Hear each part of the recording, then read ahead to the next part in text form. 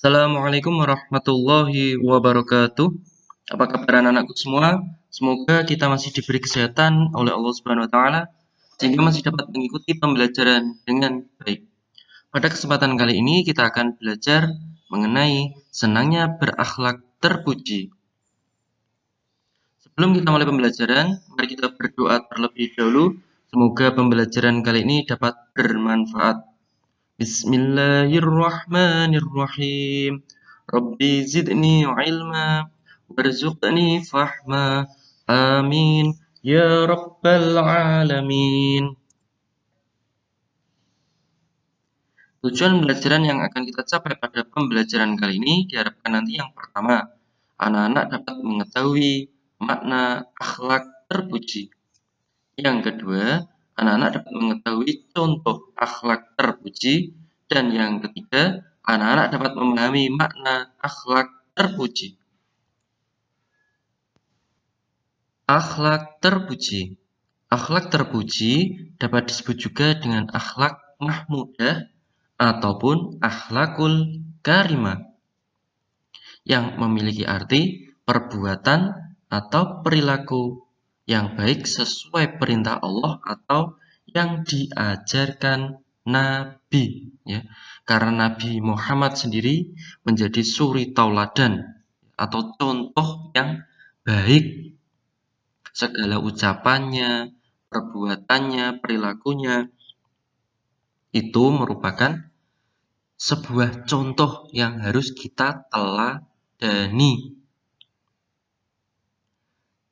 Jadi, contoh dari akhlak terpuji yang pertama, berbaik sangka. Berbaik sangka di sini sering kita sebut dengan husnudon, ya. Lawan katanya berarti su'udon, ya. Karena husnudon ini berarti menduga hal baik terhadap sesuatu dengan pikiran jernih. Jadi misalnya sebagai contoh, ketika teman kita yang biasanya nilainya jelek, ya, tiba-tiba mendapat nilai baik, ya kita harus berbaik sangka, husnudon. Jangan malah kita merasa, wah pasti itu menyontek, pasti itu mencontoh punya temannya. Nah, itu namanya suudon, itu tidak boleh, ya. Kalau berbaik sangka, kita berpikirannya dengan jernih. Kita pikir, oh mungkin saja teman kita tadi belajar dengan giat sehingga nilainya menjadi baik. Nah, itu contoh berbaik sangka. Soal yang pertama, mengapa kita harus memiliki akhlak terpuji? Soal kedua, bagaimana cara kita supaya selalu berpikir positif atau husnudon?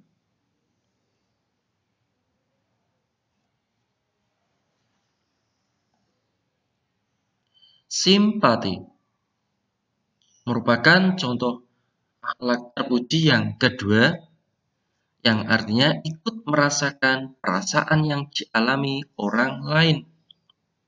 Perasaan ini dapat berupa perasaan senang, sedih, gembira, susah, dan yang lainnya. Contohnya, ketika kita melihat orang yang sedang sakit, ya, teman kita sakit, kita merasa simpati, ya, kita ikut merasakan rasa sakit yang dialami teman kita.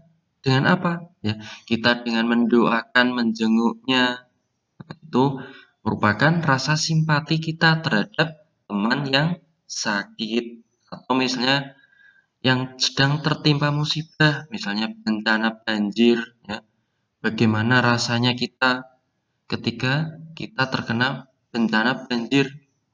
Yang tidak terkena banjir saja merasa kedinginan, apalagi yang daerahnya banjir. Kita harus ikut merasakan simpati dengan cara apa? Ya tadi, misalnya kita dengan memberikan bantuan semampu kita. Misalnya hal yang senang, misalnya teman kita mendapat juara kelas, Ya, kita rasa simpatinya bagaimana?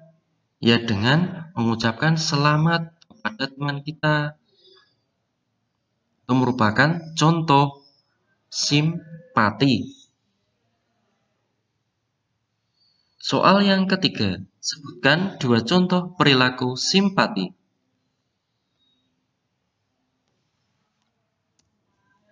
Toleransi.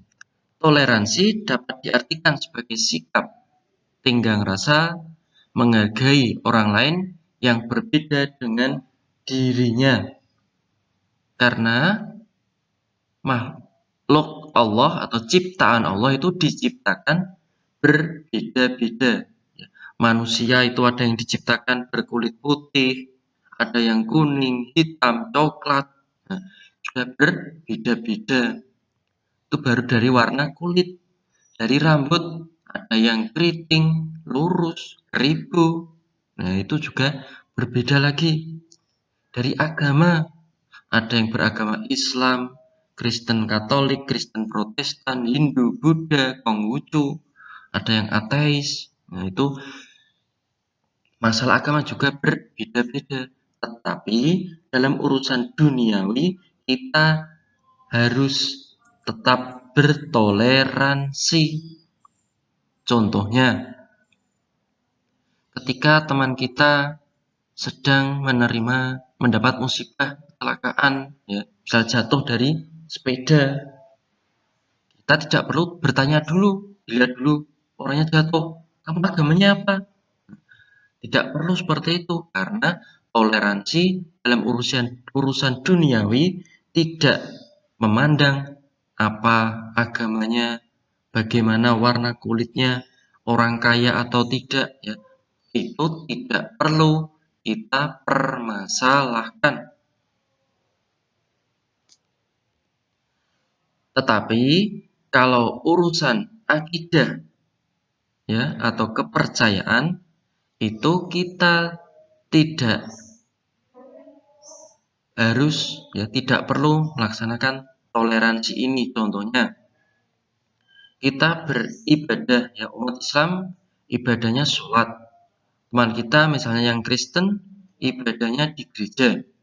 Kita tidak memerlukan adanya toleransi dalam hal akidah, yaitu apa? Yaitu dalam beribadah. Kita bergantian, itu tidak boleh. Ya, misalnya dalam hari Jumat kita mengajak teman kita yang Kristen untuk sholat Jumat, tetapi ketika hari hari Ahad kita ikut teman kita yang Kristen ke gereja, itu yang dilarang oleh agama kita sesuai dalam surah Al-Kafirun, ya. Al-Kafirun itu ada 6 ayat. Ya, jadi yang intinya ada di ayat ke-6. Lakum dinukum waliyadin. Ya, untuk mulah agamamu dan untuk ulah agamaku. Jadi masalah ibadah itu urusannya masing-masing.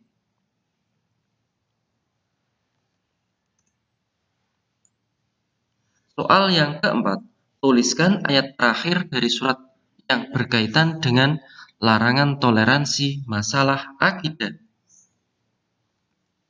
Soal yang kelima, sebutkan 2 contoh toleransi dalam kehidupan sehari-hari.